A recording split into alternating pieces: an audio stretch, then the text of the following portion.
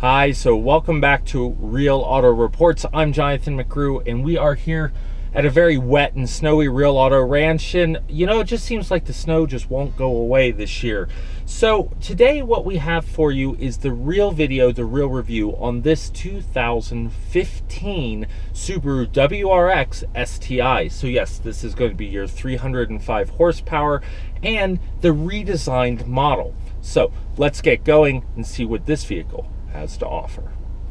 All right, so here we are pulling out in the 2015 WRX STI.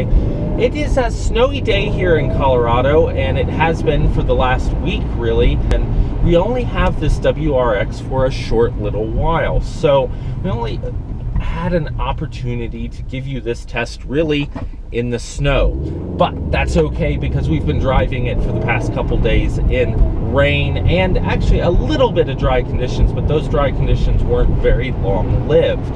So what you're going to notice immediately about this WRX STI is that this is a performance vehicle. This is not a luxury comfort vehicle, and as long as you come to it with the understanding that you're buying one of the most performance oriented sedans out there, track ready pretty much from the get-go, there's not a lot you'd have to do this to go to have a lot of fun out on a track, then you'll be okay with the perspective, with what you're getting in this car.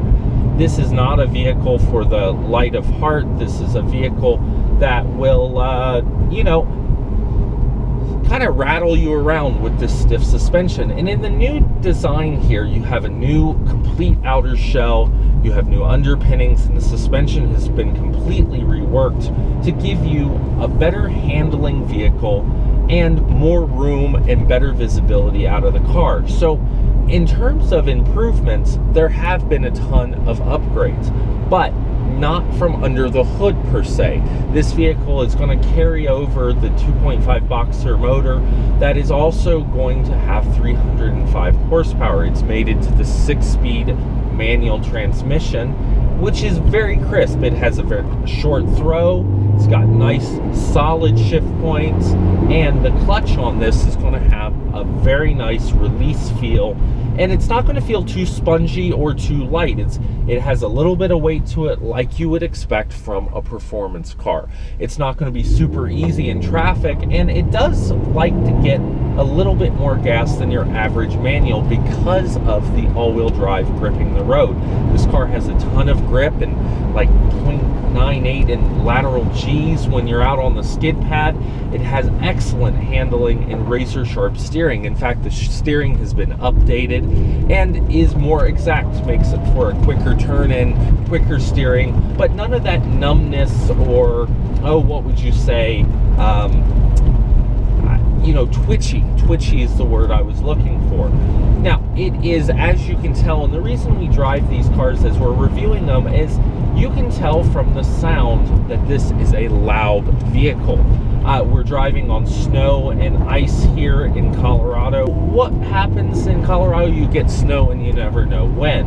And this vehicle will handle it. You've got multi-modes of the differential, so the center diff you can change 6 ways till Sunday. You've got multiple modes for the traction control. You've got your SI drive dial here in the center console. You can go to normal, the iDrive, the intelligent. You can go to sport. You can go to sport sharp. So that will change the way that this vehicle drives, and it is very noticeable, I find, if you are paying attention to how it's accelerating and how just the entire engine management system is handling the power going through the car. Now, the things that you're not going to get in this car, as I said, are super luxury. This suspension is brutal, as you can probably see. And when we were driving it over the past couple days in varying amounts of, rough road and smooth road, it has been compared by my passengers I was taking around as a buckboard, a skateboard, and otherwise as a vehicle that is just not all that comfortable in town. But if you're a diehard performance person, you might disagree. You might say, this is amazing, it's stiff, it holds the road, it is going to drive like it is on rails, and all of that is true. It is quick, although one of the things that's interesting about this vehicle is that it's really gotten dinged in the press because they didn't add more power to it. And the Subaru engineers, from what I understand, say that the reason for that is that they wanted to focus on the handling, the suspension, and some of the improvements to the vehicle, like a lower step-in height. Yes, this vehicle has a lower entry height to the car. It has lower door seals, lower dashboard, and it also has smaller pillars up here and more legroom in the back seat, as I probably mentioned. And I think all of that's important as you look at a car that's evolving. The Subaru WRX and STI like this have definitely grown over time if you look at the first generation. The other thing that is interesting about this vehicle is that it is, well, it looks like an Impreza, but it really isn't.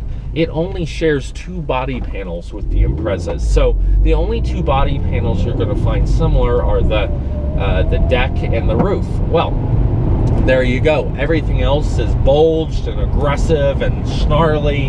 And in this rally blue that we have here, in this typical Subaru blue with the gold wheels, it is quite the package. But it's definitely going to attract attention and turn heads. And that can be in a good and in a bad way. You're not going anywhere that people are not going to notice you in this bright blue car with the massive wing on the back. When you look through the rearview mirror, that wing is definitely noticeable. And some people say that it's obstructing your vision, but what you'll really notice as you sit in this car is, even if you're at different heights, as I go up and down to show you that, is that that wing is actually positioned so that it's towards the top of the roof line in the visual of the rear window. And that means that you're not actually going to have much obstruction. Yes, it's back there kind of framing your vision, but it's no worse than other sports cars out on the market that have small back windows or big blind spots because of the hatch or the convertible top. And honestly, it's no worse than a Prius with the split back window it has. So don't put too much stock into the wing being an obstruction. If you're buying this car, it's my opinion that you want a performance vehicle. You want that stiff suspension. You want the noise and the growling that this car has, like that. And you're okay with all of that. If that is the case, then you are going to love this car. Your passengers are not going to love this car, but that is okay because this is really a driver's car. Sure, it has 4 doors, but this is meant to be a one-person driver's car with a ton of fun. And if you've got a passenger or a companion that loves this kind of car too, well, then you may have the trifecta. You know, a great car, a great partner, and a great experience. All of that tells me that for about $38,000 as tested, it's not a bad vehicle.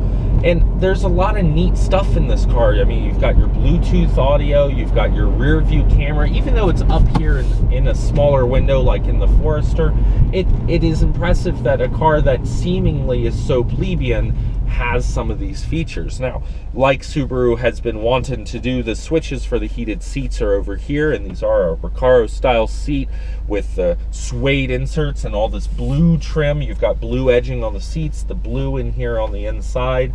It is actually a really well outfitted car, even though it has manual adjustable seats here, well bolstered. It does have the keyless push to start setup with the intelligent key. You have climate control, although it doesn't look dual. It is dual climate control, and it's well hidden. It's a very simple and simplistic car with a lot of hidden features. Now, it does not have navigation here in the vehicle we're testing, and you know, honestly, I'm not sure if you need it in a WRX STI.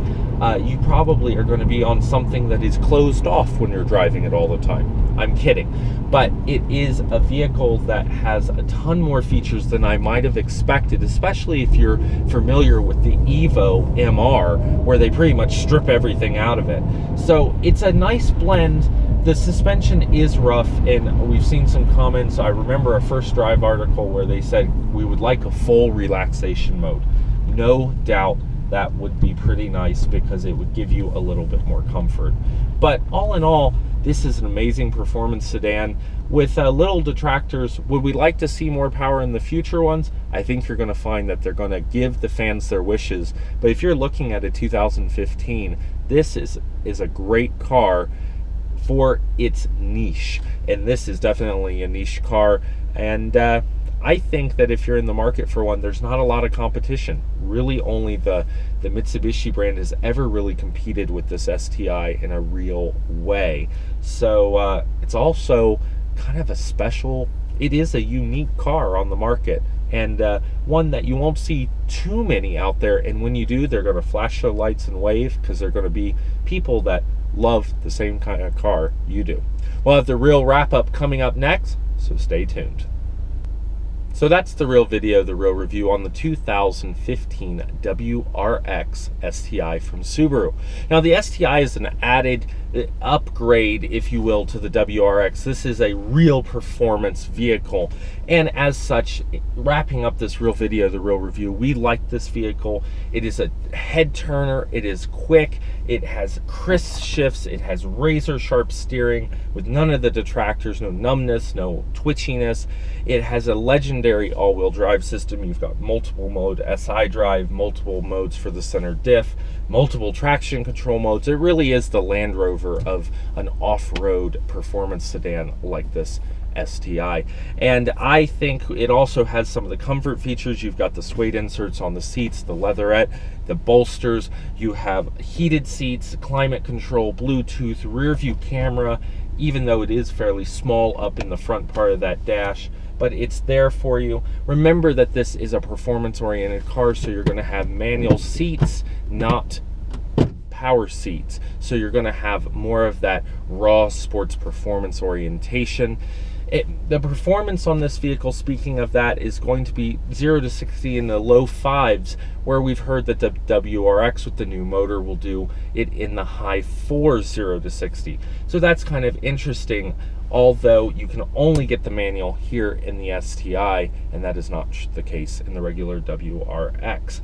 You're going to look at a price range of about $38,000 as tested, the MSRP on this car, but that's going to be pretty much as it comes. This vehicle, as we've tested, has no options, and most of what people are going to do to this are dealer add-ons after the fact. It is a neat car, it has a great sound, and well, the biggest detractor is really that suspension being so harsh, but also being the focal point of the redesign. It's going to drive really sharp compared to the previous generation. You also have some nice adds like smaller pillars, a bigger greenhouse in here, a bigger cockpit, roomier, lower dash, lower door sills, more room in the back seat, and a slightly longer car. 2 inches back here in the back seat, which is pretty impressive. So that's the WRX STI. If you're interested in one, you should definitely go take a look. There's not a lot else to compare it to unless you're looking at a Lancer Evo. So, well, it might be the car for you. I'm Jonathan McGrew, and this is Real Auto Reports right here at a very snowy Real Auto Ranch, and we will see you down the road.